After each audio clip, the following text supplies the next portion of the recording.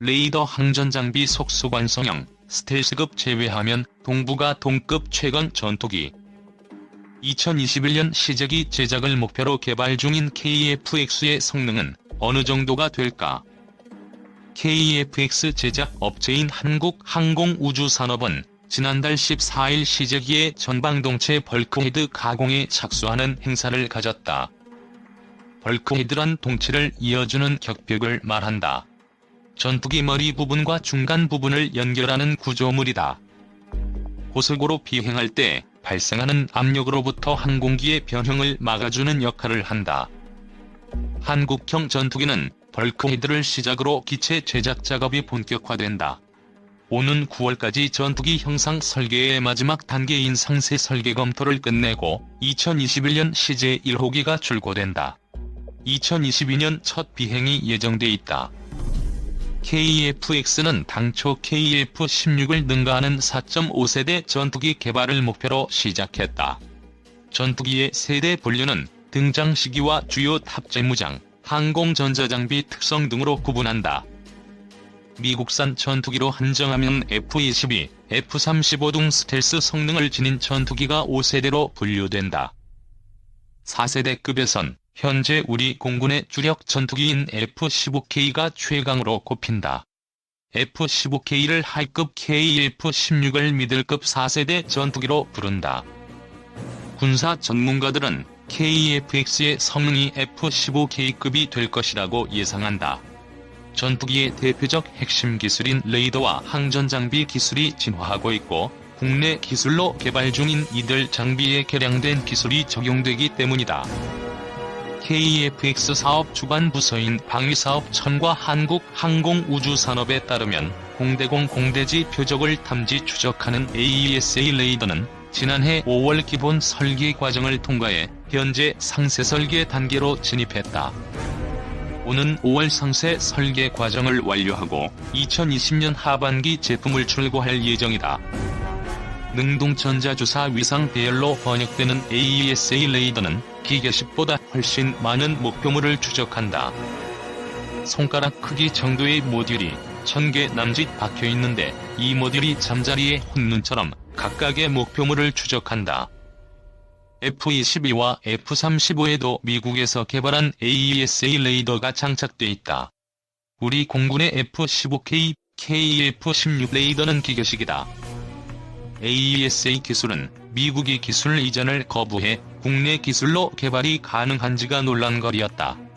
하지만 2017에서 2018년 두 차례 기술 점검을 통해 국내 개발이 가능하다고 결론났다. 방산업계 관계자는 우리나라는 지상용 무기와 함정용 무기 레이더를 개발한 경험을 통해 기술이 축적돼 있다며 한국형 AESA 레이더의 성능이 미국 제품에 비해 결코 뒤지지 않을 것이라고 말했다. 레이더 외의 핵심 항전장비 인재계전 추적 장비 전자광학 추적 장비 통합 전자전 장비 개발도 속수관성형으로 가고 있다. 적이 항공기나 미사일이 뿜어내는 적외선을 탐지하는 적외선 추적 장비와 각종 전자전 장비를 통합 운용할 수 있는 통합 전자전 장비는 지난해 12월 상세 설계를 마치고 현재 시제품이 제작되고 있다. 광학 영상과 레이저를 통해 주야간 표적을 탐지하는 전자광학 추적 장비는 상세 설계 작업이 진행 중이다. KF-X에는 초기 단계의 스텔스 기능도 적용된다. 5세대급은 아니지만 저기 레이더의 실제보다 훨씬 작은 형상으로 잡히는 것이다.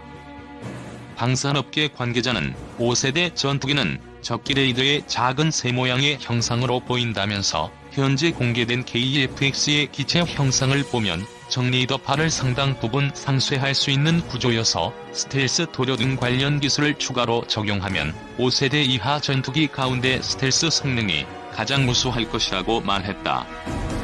KF-X 사업은 진화적 개발 개념인 블럭 개념을 적용한다. 기술 발전 추세에 따라 전투기를 더 나은 성능으로 업그레이드하는 것이다. 기체 형상이나 항전 장비, 스텔스 기능이 추가되면 동부가에서 스텔스 기종을 제외하면 동급 최강 전투기 지위를 누릴 수 있을 것으로 전문가들은 전망한다. 정부가 3차 추가 경정 예산 편성 과정에서 국방 예산을 더 줄일 태세다. 2차 추경 1조 5천억 원에 이어 3차 추경에서 7천억 원이 추가 삭감될 경우 총 2조 2천억 원 국방 예산이 줄어들 상황이다.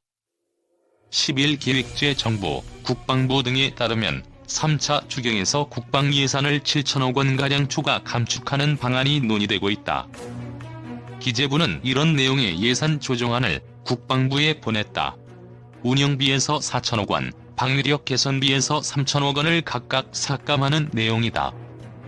50조 2천억 원이던 올해 국방 예산은 지난달 30일 국회를 통과한 2차 추경을 통해 48조 7천억 원으로 1조 5천억 원 줄었다.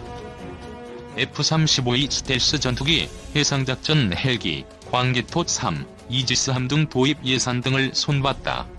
군행정, 종교시설 발주, 유류비 예산도 삭감됐다. 3차 추경은 30조 원 규모로 편성될 전망이다. 나라 빚으로 직결되는 적자 국채 발행만으로는 이 돈을 충당하기 어렵다는 판단에 따라 기재부는 예산 추가 조정에 들어갔다. 3차 추경을 위해 국방 예산 7천억 원 삭감안이 논의되고 있는데 한국형 차세대 전투기 개발하는 보람의 사업과 해상 초계기 연부익 등이 조정 대상에 올랐다. 이에 대해 국방부는 곤란하다는 의견을 기재부에 전달한 상태다. 국방 전력에 영향을 주지 않는 예산 추가 감축액은 2천억 원이 한계라는 입장이다. 이와 관련해 기재부는 구체적인 규모와 대상 사업은 아직 확정된 바 없다고 설명했다. 기재부는 부처별 예산 조정을 거쳐 3차 추경안을 다음 달 초 확정할 계획이다. 방산 부품 국산화 기업에 이윤 10% 보장 무기 국산화 촉진.